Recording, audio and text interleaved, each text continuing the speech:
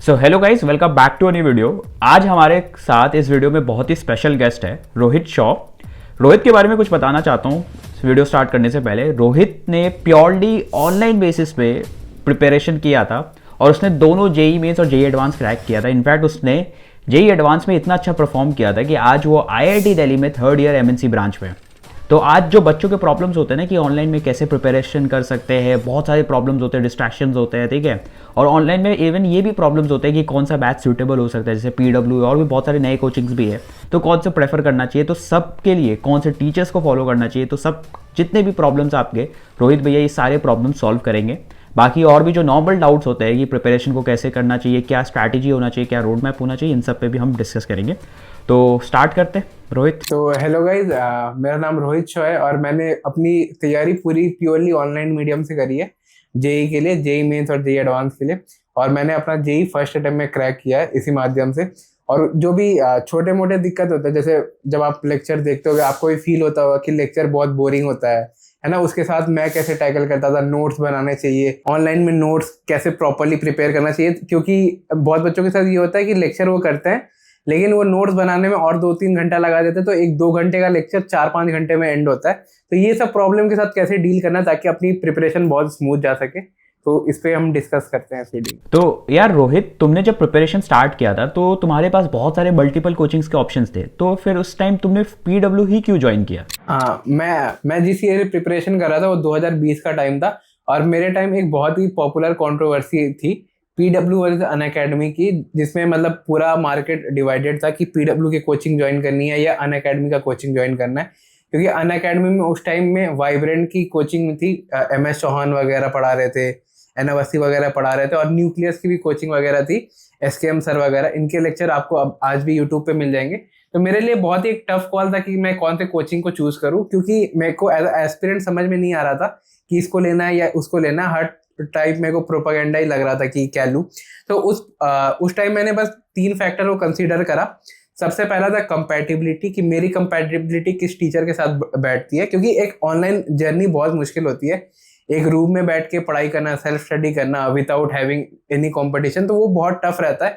मैंने ये फोकस किया था कि दूसरा चीज कि ऐसे टीचर के साथ पढ़ाई करूं कि मेरे को ऐसा ना लगे कि मैं पढ़ाई कर रहा हूँ, जैसे मैं 10 घंटा इन अ स्ट्रेच ऑनलाइन लेक्चर्स ले सकता हूँ। तो ये मेरा दूसरा पॉइंट था।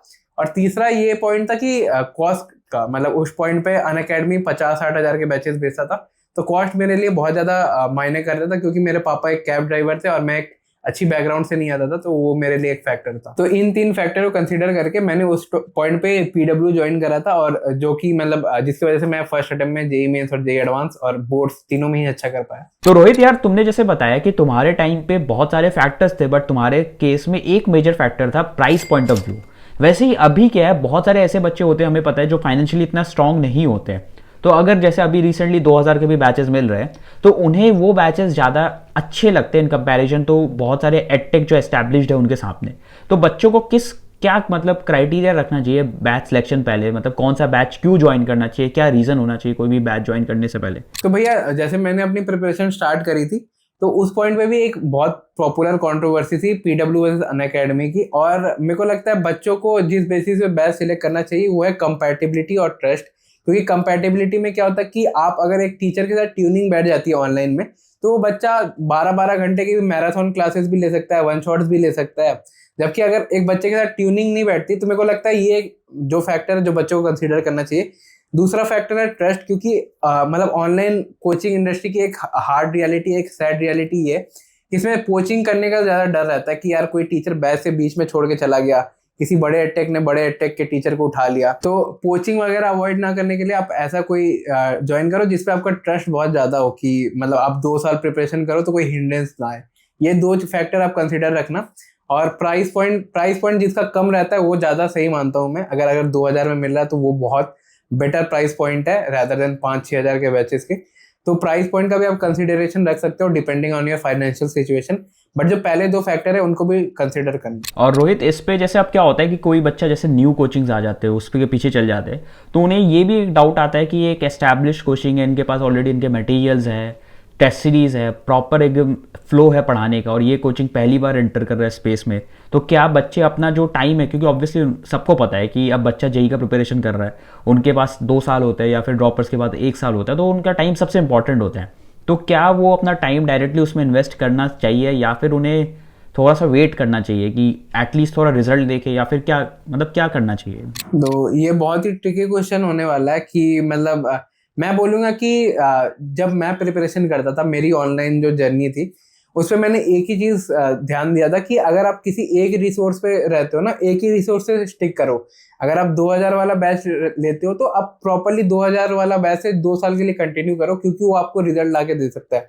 बहुत ज़्यादा आप मिक्सअप करोगे ना टीचर के बीच में, तो आपका प्रिपरेशन बहुत रुइन होता है। बच्चों के साथ ये दिक्कत होती है, मैंने बहुत सारे बच्चे ये देखे हैं और आप रिलेट करोगे इस बात से कि बच्चा क्या करता है, बच्चा एक चैप्टर एक टीचर से पढ़ता है, फिर वही सेम चैप्टर वो दूसरे टीचर से भी पढ़ता है, जिससे आपको डबल टाइम लगता है जेई सिलेबस कवर करने के लिए, और आपका निश्चित ही मतलब आपका सिलेबस छूट जाएगा एग्जाम के पहले, और इससे आपका रिजल्ट वगैरह अच्छा नहीं आएगा। तो कोई भी एक लो, मतलब अगर आपको ये वाला लेना है जो 2000 का है वो ले सकते हो, अगर आपको 5000 वाला बैच लेना तो आप वो ले सकते हो, किसी एक पे स्टिक रहो। और लास्ट में जहां तक मैंने देखा है, rank and selection matters the most, coaching is not important. मतलब आपका सिलेक्शन ज्यादा इंपॉर्टेंट मैटर करता है, कोचिंग ज्यादा मैटर नहीं करती। तो किसी एक रिसोर्स पे पूरा प्रॉपरली स्टिक करो, उस टीचर पे फेथ दिखाओ अगर आप कर रहे हो। वीडियो में आगे बढ़ने से पहले एक इंपॉर्टेंट चीज, फिजिक्स वाला जेई 2026 एस्पिरेंट्स के लिए लॉन्च कर दिया नए बैचेस, जहां आपको अर्जुना जेई 2026 बैच जो कि क्लास 11 स्टूडेंट के लिए 4999 में मिलेगा, अर्जुना जेई का हिंदी बैच 2799 में, लक्ष्य जेई 2026 बैच जो कि क्लास 12 स्टूडेंट के लिए 4999 में, और लक्ष्य जेई का हिंदी बैच 2799 में, प्रयास जेई 2026 बैच जो कि ड्रॉपर्स के लिए वो 4999 में, और प्रयास जेई का हिंदी बैच 3199 में। इसमें आपको chapter wise hand written notes मिलेंगे, क्लासेस अपलोडेड होंगे पीडब्ल्यू ऐप पे, डेली प्रैक्टिस प्रॉब्लम मिलेंगे विद वीडियो सॉल्यूशन, और डाउट सॉल्विंग सपोर्ट भी मिलेगा। इन बैचेस में एडिशनल डिस्काउंट के लिए मेरा कूपन कोड यूज करिए RIT150 to get additional discount. बाकी सीट्स लिमिटेड है, लिंक डिस्क्रिप्शन में ऐड कर दिया है। उसके साथ साथ अगर आपको एग्जाम्स पास आ रहे हो, एनसीईआरटी समझ नहीं आ रहा, तो चिल करो, क्योंकि फिजिक्स वाला अपना लॉन्च कर दिया एक नया ऐप जो कि बिल्कुल फ्री ऑफ कॉस्ट है, पीडब्ल्यू बुक ऐप, जिसमें आप एनसीईआरटी को मास्टर कर सकते हो विद एआई।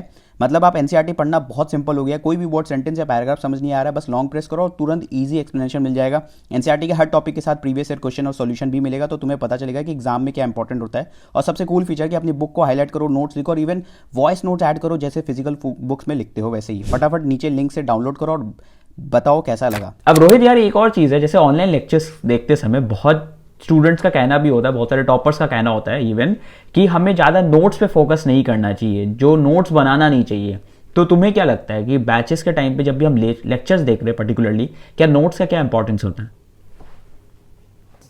मेरे हिसाब से नोट्स अगर आप नहीं बनाते तो आप कहीं ना कहीं एक लेक्चर को पैसिवली देख रहे होते हो, और जब आप पैसिवली देखते हो तो आपको वो lecture max to max 1 week तक रिटेन रहेगा, 1-2 दिन तक आपको याद रहेगा, फिर आप भूल जाते हो, है ना। बहुत बच्चे ऑनलाइन अगर आप प्रिपरेशन करो, आपने ये देखा होगा कि अभी जो क्लास 12 में ना, उनको काइनेमेटिक्स का बेसिक भी नहीं आता, जैसे बेसिक जो रिवर प्रॉब्लम होता है, रेनमैन प्रॉब्लम होता है। ये क्यों होता है? क्योंकि उन्होंने प्रॉपर नोट्स नहीं बनाए होते, या उसने उस नोट्स का रिविजन नहीं करा। मेरे हिसाब से नोट्स कंसाइज बनने चाहिए, एक पॉइंटर, एक बुलेटिन पॉइंट्स में बनने चाहिए, उसमें ज्यादा कुछ भी नहीं लिखना चाहिए, और ऐसी भी चीजें स्किप नहीं करनी चाहिए कि यार नोट्स जब आप रिवीजन करो तो वो पॉइंट छूट जाए। नोट्स अगर आपको चाहिए मेरे नोट्स, तो आप मेरे चैनल पे आके देख सकते हो, मैं कैसे यूपीएससी के लिए नोट्स बनाता हूँ, कैसे जेई के मेरे नोट्स थे, है ना। तो वो मैं आपको रेफर कर सकता हूँ, जब मैंने ऑनलाइन तैयारी करी थी। तो यही है। और यार रोहित, एक चीज़ तुमसे पूछना है, जैसे तुमने ना पंकज सर से पढ़ा और भी बहुत सारे पीडब्ल्यू के फैकल्टीज से पढ़ रखा है, तो तुम्हें ये चीज़ कभी फील हुई कि यार बैचेस में ना लोग कहते हैं कि शायरी होती है, प्रॉपर पढ़ाना जो होता है ना, जो एक सिस्टम चला आता है, कोटा में चला आता था कि टीचर्स बस पढ़ाने में फोकस करते थे, तब रिजल्ट्स निकलते थे। तो अभी ये कहना है कि यार शायरी में टीचर्स ज़्यादा फोकस कर रहे हैं, तो यार उसके कारण बच्चे डिस्ट्रैक्ट हो जाते हैं। तो तुम्हें क्या लगता है, ये क्या एक फैक्टर है? पहले बात तो मेरे को ये गलत नोशन लगता है। हर एक टीचर जो ऑनलाइन पढ़ाता है कुछ टाइम लेता है अपने लेक्चर का, इनिशियली 5-10 मिनट, कि वो वहां जाके थोड़ा बहुत सेटल हो पाए, अपने बच्चे से इंटरेक्ट कर पाए। और हर एक टीचर करता है, कोई भी 2000 बैच, 3000 बैच, 4000 बैच, या कोई यूट्यूब पे भी फ्री पढ़ाता है, वो करता है। और जब मैं पंकज सर या और भी टीचर से मैं पढ़ता था, तो शायरी बस 1-2 मिनट का पार्ट होता था उस लंबे लेक्चर का, और जो कि मेरे को लगता था कि नेसेसरी है बच्चे को बोलना। और शायरी हमेशा कुछ मोटिवेटिंग होती थी कि बच्चा मोटिवेटेड रहे वीडियो लेक्चर के एंड तक। क्योंकि जब आप ऑनलाइन लेक्चर लेते हो ना 2 घंटे का, वो एक बहुत ही ज्यादा ट्रेमेंडस टास्क लगता है कि यार 2 घंटा एक चेयर टेबल में बैठ के सीटिंग लगाना। और अगर आपको बीच में टीचर ये मोटिवेट करता है कि आपको रैंक लाना, आपको अपना सिलेक्शन करना है ताकि आपके माँ बाप आपके वेट कर रहे हैं, उसको एज अ शायरी बोलता है, तो मेरे को गलत नहीं लगता, क्योंकि वो कहीं ना कहीं उस चीज से बच्चा और मोटिवेट होकर और 1-2 घंटे का लेक्चर ले पाएगा और कंप्लीट करेगा लेक्चर। और शायरी बहुत ही मतलब मैंने जो पढ़ा था बस 1-2 मिनट रहता था वीडियो में, लेक्चर में, और उससे ज्यादा टीचर हमेशा कंटेंट पे ही फोकस करते थे। तो मेरे को नहीं लगता कि 2 मिनट की शायरी से कहीं भी रैंक और सिलेक्शन का कुछ लेना देना है। तो एक गलत नोशन सेट। तो मेरे को जो सबसे ज्यादा रिलेवेंट लगता है जेई मेंस और जेई एडवांस क्रैक करने के लिए वो है कि पीवाईक्यूज। मेरे को नहीं लगता कि पीवाईक्यू से अच्छा कोई मटेरियल है, कोई सोर्स है, क्योंकि वो ऑफिशियली एनटीए के क्वेश्चन है। जेई मेंस और जेई एडवांस के पीवाईक्यूज मैंने अपने रफ टाइम में एस्टिमेट करा था, लगभग 15,000 से 20,000 क्वेश्चन होते हैं जेई मेंस में अभी तक कलेक्टिवली जितने आए हुए हैं। तो बच्चा अगर इतना भी करता है ना, बहुत ज्यादा है। साथ ही साथ मेरे हिसाब से डीपीपीस करनी चाहिए, क्योंकि उससे आपको पता चलता है कि अगर आप ऑनलाइन एक लेक्चर लेते हो उसके बाद आपका इवैल्यूएशन डीपीपी के थ्रू होता है कि आपने उस लेक्चर से कितना सीखे और कितना उस क्वेश्चन वगैरह कर पाए। तो मेरे को लगता है डीपीपीज और PYQs are more than sufficient for JEE. मगर आप आ जाते हैं कि मॉड्यूल वगैरह करना चाहिए। मैं पर्सनली प्रेफर नहीं करता मॉड्यूल वगैरह। मैंने अपने टाइम में मॉड्यूल से थोड़ा बहुत टाइम निकाल के मैंने बुक्स पे फोकस करा था। प्राइमरी मैंने सेनगेज का फोकस किया था, सेनगेज बीएम शर्मा फिजिक्स के लिए, सेनगेज जी तिवारी मैथ्स के लिए, क्योंकि उसमें इलस्ट्रेशन वगैरह सॉल्व एग्जाम्पल बहुत होते थे। और केमिस्ट्री के लिए मैंने एमएस चौहान, एन अवस्थी और पीयूष माहेश्वरी सर का एक बुक आता था, तो मैं वो करता था, जो कि मेरे को सफिशिएंट लगा, इनफ लगा, जिससे मेरा जेई मेंस हुआ। तो यार रोहित, एक बहुत इंपॉर्टेंट क्वेश्चन तुमसे पूछना है। अब जैसे पीडब्ल्यू में बहुत सारे बैचेस होते हैं, तुम्हें भी पता है। अब उस पर बच्चे सबसे ज़्यादा कंफ्यूज हो जाते हैं, जैसे मैथ्स में कि सचिन सर को फॉलो करें या फिर आशीष सर को फॉलो करें, केमिस्ट्री में इन सर को फॉलो करें, किसको फॉलो करें। अब तुम भी टीचर्स को फॉलो करते तो ऑनलाइन बहुत सारे टीचर्स भी है, तो तुमने किसको टीचर्स को फॉलो किया सबसे पहले, और दूसरे की टीचर्स को हमें एक कौन सा आइडियल टीचर हमारे लिए होना चाहिए, हमें ये कैसे पता चलेगा। तो सबसे पहले क्वेश्चन पे आ जाता है कि मैंने कौन कौन से टीचर्स को फॉलो करा था। तो फिजिक्स के लिए मैंने राजवंत सर को फॉलो करा था, केमिस्ट्री के लिए मैंने पंकज सर को फॉलो करा था, और मैथ्स के लिए मैंने सचिन सर को फॉलो करा था। ये कंफ्यूजन बहुत बार बच्चों में आती है कि जैसे मैथ्स में एक टीके सर बोल के हैं जिनकी ऑल इंडिया रैंक 289 है, टीके डॉन जिनको बोलते हैं, आशीष सर है जिनकी रैंक 1 है, तो और सचिन सर है। तो इन तीनों में से किसी एक टीचर को फॉलो किया जाए। या केमिस्ट्री में भी ये कंफ्यूजन क्रिएट होता है, मैथ्स में भी रहता है, फिजिक्स में भी रहता है। तो इनके साथ कैसे डील करना होता है। तो देखो, जहां तक मेरे को लगता है कि यार पीडब्ल्यू में जो बैचेस होता है उसमें टीचर मतलब जब फैकल्टी रिवील वीडियो होती है उसमें पहले से सिलेक्ट होता है। तो जो आपको बैच में मिल जाए तो उससे ही फॉलो किया करो, क्योंकि वो एक प्लान स्ट्रक्चर्ड रहता है। लेकिन आपको एडिशनली किसी टीचर को फॉलो करना है यूट्यूब पे, जैसे वन शॉट वगैरह, तो मैं आपको बोलूंगा कि आप पहले किसी का वन शॉट देख लो। जैसे तरुण खंडेलवाल सर का, टीके सर का आप वन शॉट देख सकते हो जो मंजिल सीरीज पे। आशीष सर का भी वन शॉट है, आप वो भी देख सकते हो। और एक वन शॉट देख के आप जज करो कि आपको किससे बेटर समझ में आया, क्योंकि टीचर सिलेक्शन बहुत ज़्यादा इंपॉर्टेंट रहता है। क्योंकि आप उस टीचर से 1-2 साल पढ़ोगे तो आपको खुद पता रहना चाहिए कि आप किसके साथ ज़्यादा कंफर्टेबल हो। कि this was all for this video. कुछ भी प्रॉब्लम है तो you can ask in this comment section as well. I will try to reply each and every comments of yours. बाकी रोहित, थैंक्स फॉर कमिंग यार, तुमने अपना टाइम दिया और स्टूडेंट्स को हेल्प किया कि ऑनलाइन में वो कैसे डिस्ट्रैक्शन के बाद भी पढ़ाई कर सकते हैं। So really thankful to you. और थैंक यू भैया फॉर होस्टिंग मी। अगर किसी बच्चे को कोई भी ऑनलाइन दिक्कतें आती है तो मैं भी कमेंट्स का रिप्लाई कर दूंगा भैया के कमेंट सेक्शन में। बाकी मैं भी भैया के साथ हर एक कमेंट का रिप्लाई कर दूंगा। मिलता हूँ किसी और वीडियो में भैया के साथ। बाय।